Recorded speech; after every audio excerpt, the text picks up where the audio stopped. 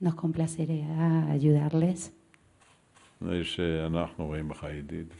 porque lo consideramos a usted un amigo. Tenemos casi el 30% de las reservas de agua dulce de España. Sé que desde que usted fue elegido como presidente de su región, ha recibido mucho apoyo de la gente, de la población. Y ven en usted la esperanza para su región. Buenas noches. La que acaban de ver es, sin duda, la imagen de la semana que termina. José Antonio Monago se ha convertido en el primer presidente autonómico en ser recibido por el presidente israelí Simón Peres. En estos 4 días de visita a Israel, Extremadura ha encontrado apoyo y, sobre todo, la posibilidad de importar el milagro económico de Israel a nuestra comunidad. Ha habido en esta semana que termina una intensa actividad internacional del Ejecutivo extremeño. El punto culminante de la semana lo acaban de ver en directo en Canal Extremadura Televisión, el acto en el Teatro Romano que pone fin a las jornadas económicas de la Alianza del Pacífico. Bienvenidos a Dossier Informativo.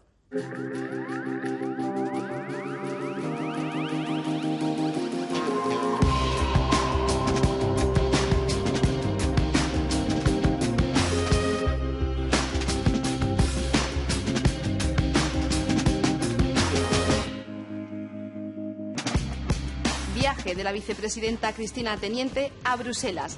En ese encuentro con varios comisarios ha dado a conocer en las instituciones europeas qué es y qué significa la estrategia One. Cristina Teniente ha conocido también de primera mano los planes europeos para reactivar el empleo. Ha sido el tema clave del último Consejo Europeo que se ha celebrado estos días en Bruselas. Finalmente se ha conseguido llegar al consenso y la PAC se reformará. La clave es ahora saber cómo llegarán las nuevas ayudas a España y qué reparto se hará en las 17 comunidades autónomas. A miles de kilómetros de distancia, nosotros, en Dossier Informativo, hemos estado con Manuel, un agricultor extremeño para el que esas ayudas son tan vitales como el agua que riega su campo.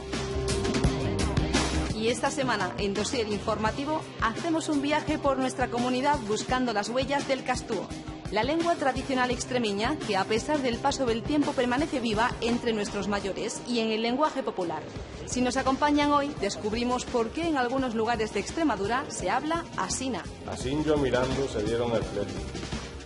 Han sido 4 días de visita a Israel. José Antonio Monago, acompañado de una delegación formada, entre otros, por el rector de la Universidad Extremeña y por el director del Centro de Cirugía de Mínima Invasión, ha podido comprobar de primera mano los resultados del milagro económico israelí. El punto culminante de la visita fue el pasado martes. José Antonio Monago era recibido en Jerusalén por el presidente Simón Peres. La delegación extremeña se trae también varios acuerdos de colaboración entre nuestra universidad y la Universidad de Ben Gurión, al sur de Israel. Es una de las más importantes del mundo. Una intensa agenda en Israel que tendrá sin duda un antes y un después. La delegación extremeña encabezada por el presidente Monago ha conocido sobre el terreno los éxitos del llamado milagro económico israelí. Aprovechar los recursos, transformarlos con la más alta tecnología y, sobre todo, premiar el emprendimiento. Israel, que ocupa una extensión similar a la provincia de Cáceres o Badajoz, ha demostrado que desde la periferia y ocupando un lugar estratégico en el llamado polvorín de Oriente Medio, también se puede exportar talento y, sobre todo, conseguir recursos de donde aparentemente no los hay. Y como Extremadura está en la periferia, y en muchas ocasiones muchos desarrollos no se pudieron emprender precisamente porque eso que parecía que era algo que era inamovible, bueno, hemos podido comprobar que es movible y que esas situaciones se pueden revertir.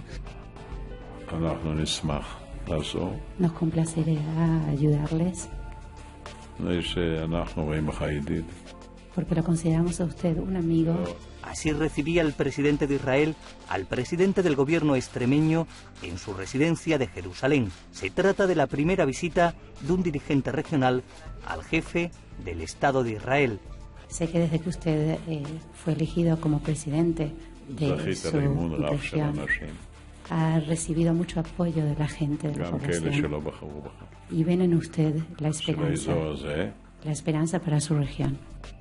Simón Peres, que acaba de cumplir 90 años, es el dirigente internacional más longevo. le ofreció a la delegación extremeña la posibilidad de que expertos israelíes vengan a nuestra región a explicar aquí el modelo de biomedicina que está teniendo éxito en aquel país. Hay ofrecimientos también de colaboración en biotecnología, en lo que puede ser el sector agroindustria, ¿no?, en la alta tecnología. Monago ha visitado distintas industrias y empresas relacionadas con las nuevas tecnologías. También visitó el miércoles la Universidad de Ben Gurión, en la región desierta del sur del país, el Negev, de donde se ha conseguido incluso sacar agua y que crezca toda una variedad de peces. Y aquí no se conjuga tanto la palabra no, sino decir ¿por qué no? En todo caso, ¿por qué no, no? ¿Por qué no podemos hacer de esta debilidad una fortaleza? El viaje finalizó el jueves con una entrevista con el jefe científico de Israel, toda una institución en el país por ser considerado el maestro de orquesta de este cambio de mentalidad y desarrollo tecnológico en el país hebreo. 4 días intensos en los que Extremadura ha conseguido traerse muy buenas experiencias y sobre todo nuevas perspectivas de desarrollo tecnológico para nuestra región.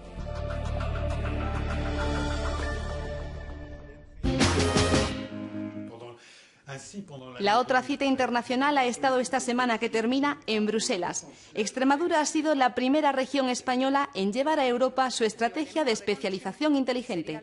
En una reunión ante el Comité de las Regiones, la vicepresidenta Cristina Teniente desgranó esta semana la estrategia One, o lo que es lo mismo, explicó qué se hará con los fondos europeos que vengan a la región hasta 2014. La estrategia se divide en 4 ejes principales: los recursos naturales, el sector agroalimentario, el turismo y las energías renovables, en las que Extremadura podría convertirse en un auténtico pulmón para el resto de regiones europeas. Hay que hacer cosas únicas, singulares y diferentes. Y este es el objetivo que se resume en One. Protagonismo también para los consejeros de Economía y de Fomento que han estado esta semana en Lisboa. Antonio Fernández ha tenido además una cita vital para Extremadura en Madrid. El jueves se celebró el Consejo de Política Fiscal y Financiera. Sobre la mesa, un objetivo de déficit para este año del 1,3%. La verdad es que se discutía una décima. Es decir, pasar de un 1,3 a un 1,4. Una décima repartida entre todas las comunidades autónomas no nos hubiese supuesto absolutamente nada. Y por otra parte, para lo que han explicado, el ministro ha defendido, es para aplicarlo al déficit de la Seguridad Social. Que igual que ha imperado la racionalidad en el reparto de estas décimas, impere también la racionalidad en el reparto del déficit, si es que es asimétrico, que todo parece indicar que sí. Y también he dicho que, dado que esto es un gesto hacia las comunidades incumplidoras, que empecemos ya a ver gestos a favor de las comunidades cumplidoras. Extremadura también ha sido escenario en esta semana que termina de las Jornadas Económicas de la Alianza del Pacífico. Se trata de un foro en el que los empresarios extremeños han conocido las oportunidades de negocio e inversión que pueden tener en Chile, Colombia, Perú y México, los 4 países que integran el 35% del Producto Interior Bruto mundial. La gala que Canal Extremadura les acaba de ofrecer en directo ha puesto el broche de oro a este encuentro internacional. El otro gran bloque económico mundial que intenta salir de la crisis está al otro lado, no del Pacífico, sino del Atlántico. Los líderes europeos reunidos esta semana en Bruselas han puesto los pilares para la creación de un plan de empleo. Además, en Luxemburgo se ha puesto sobre la mesa de trabajo la nueva reforma de la PAC, un elemento clave para la recuperación económica. Finalmente hubo consenso y la nueva política agraria común tiene ahora que pasar por votación en el Parlamento Europeo. Esta semana, en Dossier Informativo, nosotros hemos querido saber qué esperan y, sobre todo, cómo afectarán a nuestro campo las ayudas que tienen que venir desde Bruselas. Nos permite orientar los pagos hacia una agricultura activa que permita mantener la actividad económica del sector agrario y generar crecimiento y empleo. Ha sido una reforma esperada en la que ha habido que negociar punto por punto, coma por coma. España ha conseguido arrancarle a Europa 47.000 millones de euros. Tendrá una vigencia de 7 años y es la reforma más ambiciosa de la política agraria común en sus 50 años de historia. No se aplicará la llamada tasa plana, café para todos, y se mantiene el número de hectáreas para tener acceso a la ayuda. ¿Cómo incide este nuevo diseño de la política agraria común en nuestro campo extremeño?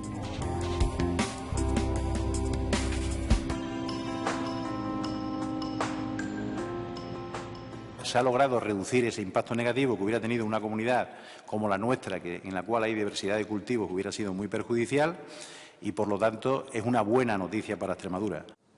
Son las 10 de la mañana del miércoles. En las sedes de las organizaciones agrarias extremeñas se estudia con lupa el borrador que acaba de salir de Luxemburgo. Tras el principio de acuerdo, la batalla se traslada ahora a nivel nacional. Cada comunidad autónoma tendrá que negociar con el Ministerio de Agricultura. La cita el próximo mes de septiembre. Porque todavía queda que jugar el partido definitivo, que lo vamos a jugar aquí en casa. Desde el Ministerio de Agricultura vamos a presionar durante este mes para, con los mimbres que tenemos, que todas y cada una de las explotaciones tengan el nivel de ayuda que necesitan para poder mantenerse a flote. Menos dinero y, por otro lado, más hectáreas a repartir, con lo cual va a haber una disminución de los recursos que además va a ir, pues nosotros pensamos, en base a lo que se está diciendo, pues a las hectáreas más productivas, a las explotaciones más productivas y que más empleo generan en la región y en el país, ¿no? A miles de kilómetros de Luxemburgo, en la localidad extremeña de Esparragalejo, Manuel Gómez lleva toda la vida viviendo entre estas tierras. Cultiva viñas, olivos, girasol, cereales y garbanzos. Él es uno de los beneficiarios extremeños de las ayudas europeas. Los márgenes son muy reducidos y en ocasiones hay cultivos que no tienen ni margen y anda la cosa muy tasada. Es más, le tengo que acercar dinero de mis ahorrillos. Asegura Manuel que para el sacrificio y la inversión que requieren sus cultivos, las ayudas de la PAC son solo una gota de agua en medio de una inmensidad de necesidades. Cada vez se nos está haciendo más difícil.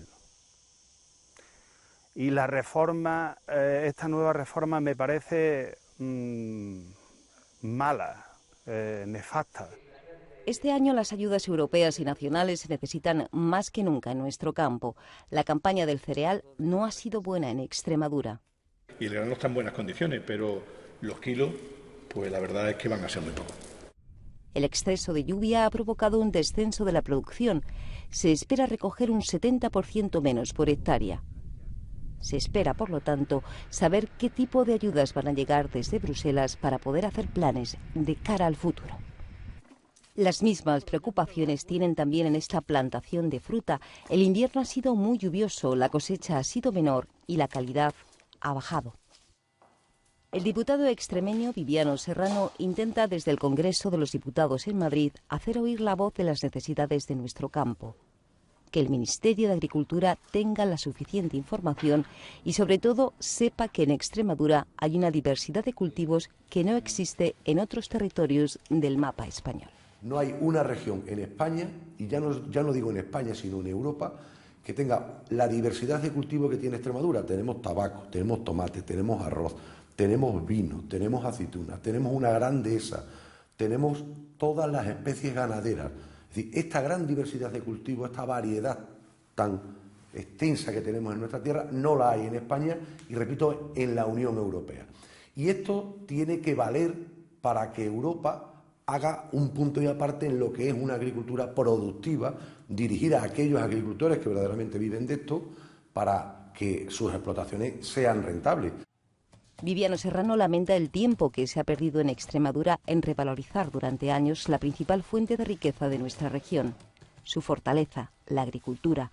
De ahí la importancia de que el reparto de las ayudas de la PAC sea el que se necesita para seguir cultivando la tierra. La PAC lo que trata es de, al menos, complementar la pérdida de renta que los agricultores están teniendo debido a los bajos precios en el mercado. Ese complemento de renta debe de seguir manteniéndose a nuestros agricultores y a nuestros ganaderos, y por otro lado hay que facilitarle al ganadero y al agricultor su acceso al mercado. En Extremadura las ayudas de la política agraria común han contribuido a fijar unas rentas en torno al 30% de los salarios agrarios. Se aumenta la producción, se incrementa la diversidad y, lo más importante, se fija la población rural. Nuestro campo necesita las ayudas europeas de la misma manera que nuestra región necesita a nuestro campo. En Luxemburgo se ha trabajado sobre un borrador.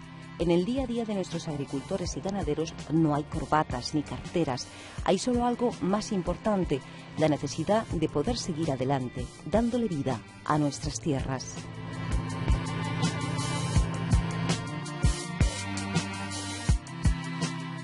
Fue, y en algunos casos lo sigue siendo, el habla más popular de nuestros agricultores.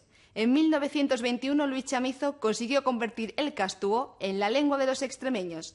4 décadas después, la lengua sobrevive gracias, sobre todo, a la tradición oral.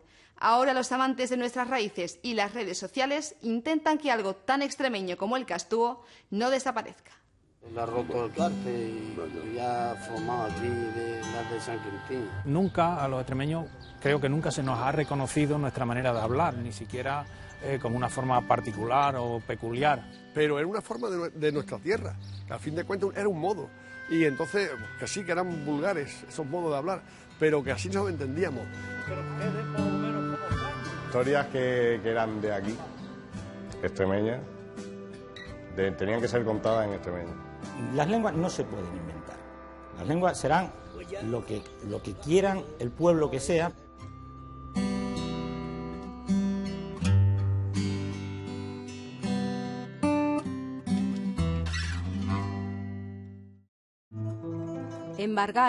Embargar los avíos, que aquí no hay dinero. Lo he gastado en comidas paellas y en boticas que no le sirvieron, y eso que me queda. Porque no me dio tiempo a venderlo, ya me está sobrando, ya me está hediendo. Es el poema del embargo de José María Gabriel y Galán, escrito a finales del siglo XIX. Este salmantino, afincado en el norte de Extremadura, fue el primero en atreverse a escribir tal y como hablaban en la Alta Extremadura. José María Gabriel y Galán, en su famoso poema del embargo, pues, utiliza varios nombres. Ese zacho de pico, esa joci. Cuando dice joci son hoz, está hablando de una hoz, ¿no? Hoy incluso una hoz, decimos una hoz y dice la gente, ¿eso qué es? ¿No? O el liendro, es una herramienta para aventar el grano en la era. Esas palabras no se utilizan porque ha desaparecido la actividad. Porque semos asina, semos pardo, del color de la tierra, los nietos de los machos que otros días triunfaron en América. Entrados en el siglo XX, vieron la luz estos otros versos del rapsoda Luis Chamizo, en su obra El miajón de los castúos. Él recogió esa forma de hablar y lo fue recogiendo y fue viendo y sintiendo con ellos cómo se movían, cómo sentían y cómo querían, como te decía. Y entonces él eso lo recopiló todo y no se inventó un lenguaje. El lenguaje estaba ahí, era real.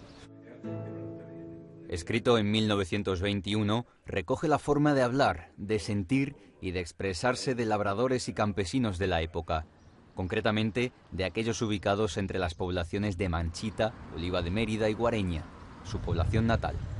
Su éxito fue tal que casi 100 años después se habla de Chamizo y de su apodo para el extremeño, el castúo, tanto aquí como fuera de nuestras fronteras. Lo que hay dentro del castúo es lo real, y eso es lo que él capta, que es esos sentimientos y esos sentires. Pero además no quiere decir que el castúo sea un hombre inhóspito, todo lo contrario, porque en el primer poema que él escribe en El miajón de los castúos, hablando del que pase por la estación con el tren, dice, mira hacia nuestro cielo, mira hacia nuestra tierra, bájate, quédate con nosotros para ver cómo sentimos, cómo parlamos, cómo queremos. Esparcido por todo el mundo, revolando su bandera, orgullosos como nadie de ser nacidos de esta tierra. Así son los extremeños, que en la sangre de su pena llevan el barro malero que moldeó su nacencia. Había cosas en las que yo quería decir que me salían de dentro con mucha más sinceridad, con mucha más potencia, diciéndolas con el léxico extremeño que en castellano. Igual le pasó a Chamizo. Javier Feijóo es, en pleno siglo XXI, el mejor ejemplo de un rapsoda extremeño. Continúa de manera fidedigna la estela marcada por Luis Chamizo. En castúo o extremeño suenan mejor los sentimientos, nuestros sentimientos. Javier reivindica cada día al extremeño. Numerosos filólogos lo estudian no solo fuera de nuestra comunidad, sino también fuera de nuestro país. La literatura escrita y la originalidad de nuestros giros y terminaciones le otorgan la categoría de algo más que derivación del castellano. ¿Por qué se empeñan en decir que, bueno, que el Castuvo es una forma vulgar de hablar? Que, bueno, tal vez porque desde aquí mismo no nos hemos preocupado de defendernos, ¿no? Para muchos expertos, Extremadura ha sido la gran olvidada durante años, también en la lengua, un elemento clave de la identidad potenciado en otras comunidades. Los visita un primo de Madrid, se había criado en Madrid, que estaba criado en Madrid. Entonces, cuando vino este chico, el extremeño, oye hablar al primo de Madrid y después de oírlo hablar le dice a su madre: mamá, ¿tú te has dado cuenta lo mal que habla el primo de Madrid? Porque ese chico, ese niño sí tenía identidad. Yo creo que si Extremadura, en el momento histórico, digamos, crucial, que fue cuando se crearon las comunidades autónomas, ¿no? Una vez que ya pasó el franquismo y hubo una apertura, ¿no?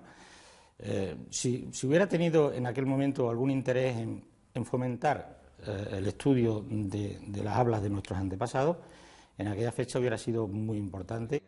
Como consecuencia de ese olvido, hoy los extremeños no disponemos de una gramática oficial, aunque existen numerosos filólogos, investigadores y escritores ahondando en la materia. También ciudadanos anónimos que se lanzan a la aventura de escribir en castuvo. Y aun sabiendo el nombre de los pichoncitos, yo por educado, eso no lo digo. Es el caso de Florencio Rodríguez. Tras la muerte de su padre, decidió rendirle homenaje con este libro, Leyendas Ruralis y otros chismes. Historias de hoy en nuestros pueblos. Que tampoco tenemos que limitar el castuvo a lo que hicieron nuestros padres o nuestros abuelos o lo que pasó hace 200 años.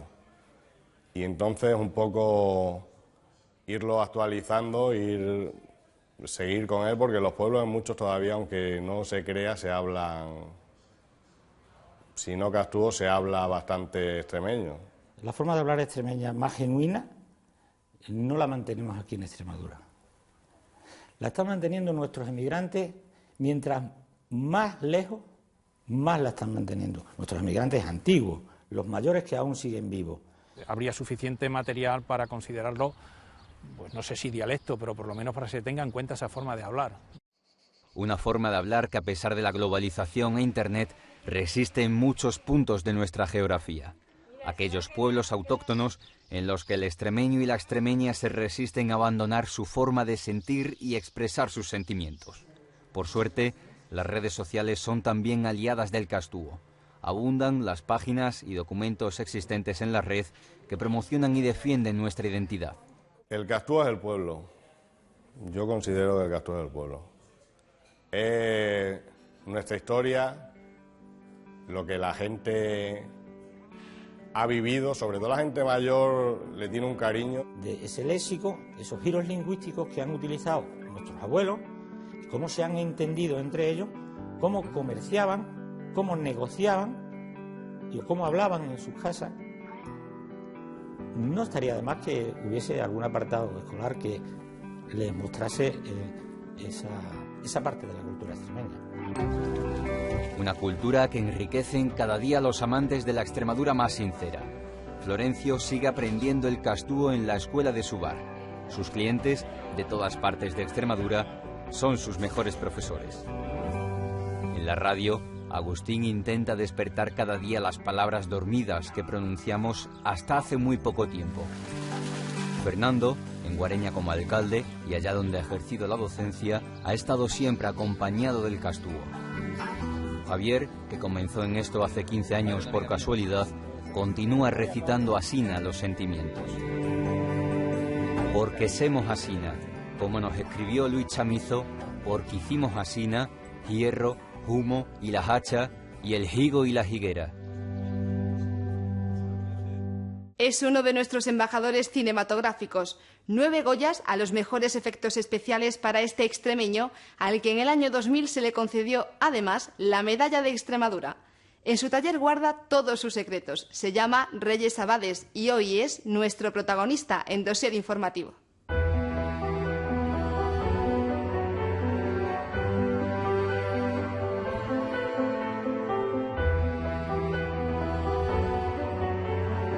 Esta profesión es muy bonita, muy gratificante, pero muy jodida. Muy jodida porque nada es nada.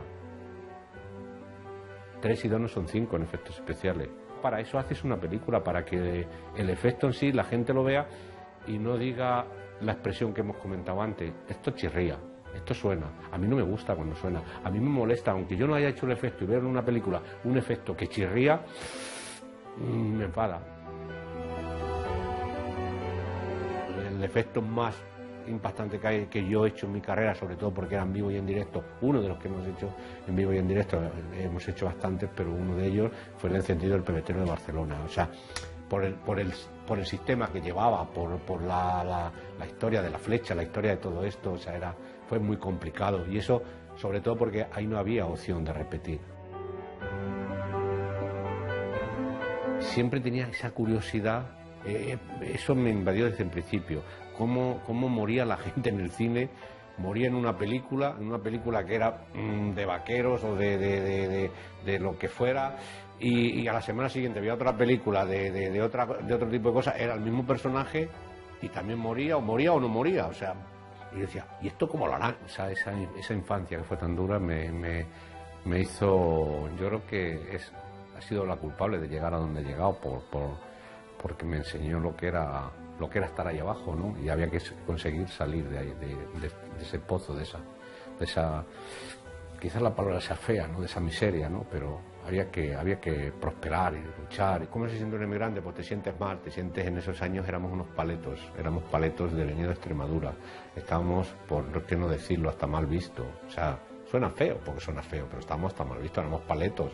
Es que los extremeños son muy conformistas, es que los extremeños nos conformáis con todo. Los extremeños no nos debemos conformar con nada. Tenemos que luchar y tenemos que sacar adelante Extremadura, entre todos. Me marcho a Francia, siendo 15 de Francia me echan porque me descubren, voy como estudiante y me descubren que estoy trabajando, me marcho a Luxemburgo, de Luxemburgo a los 3 meses también me descubren, me marcho a Bélgica. Ahí estoy unos años más, un tiempo más, unos meses más, y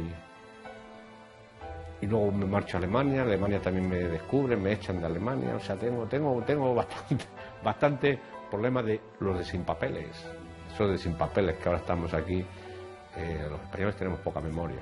He ganado 9 Goyas y de los 9 Goyas que he ganado 2 en contra de mi voto. Yo no he votado esa película, yo tenía otras nominaciones y he votado otra película. Luego, y en cambio, no he ganado con algunas que sí que me hubiera gustado ganar, porque que para mí era mejor trabajo.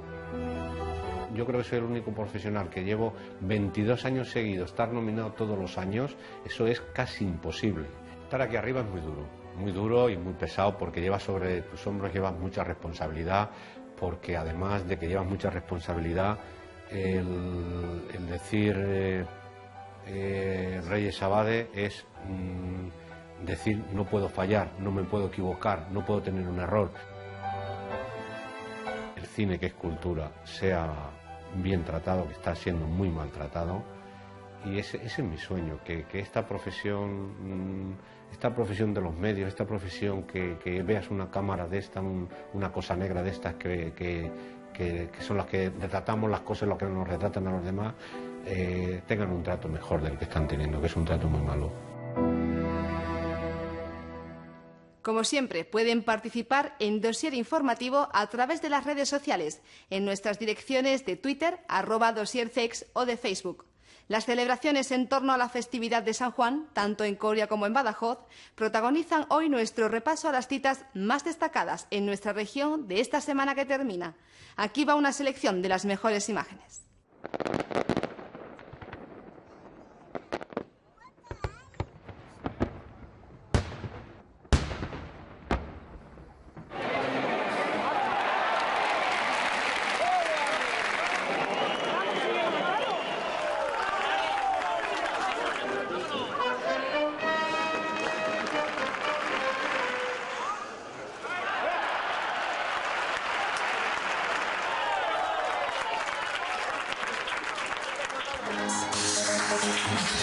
Mientras tanto, miro la vida pasar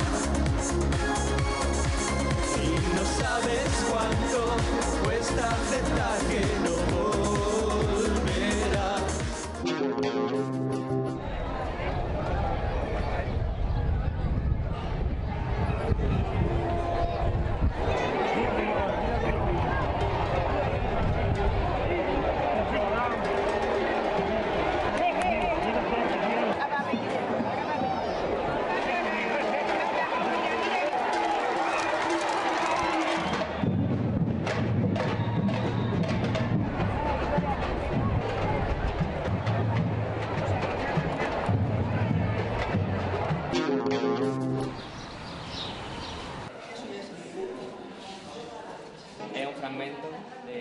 sobre el juicio final.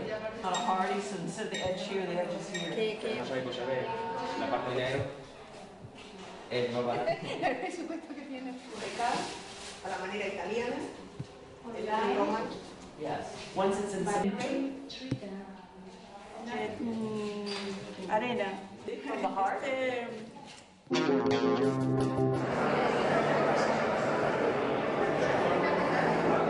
Los pueblos de la Mar del Sur y el oro, precisamente para que se participe en la exposición, pues también que reparte las áreas de evangelización, porque aquí tenemos más imágenes.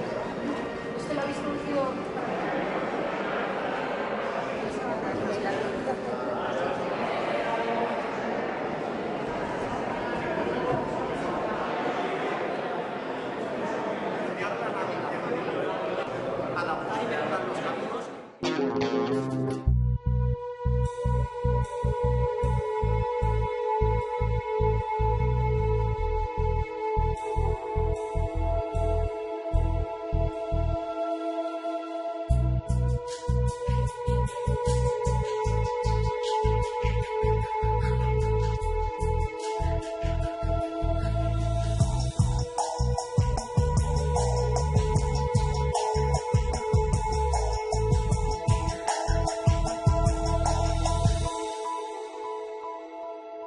Hemos llegado al final. Gracias por habernos acompañado en este repaso por la actualidad de nuestra región de los últimos 7 días.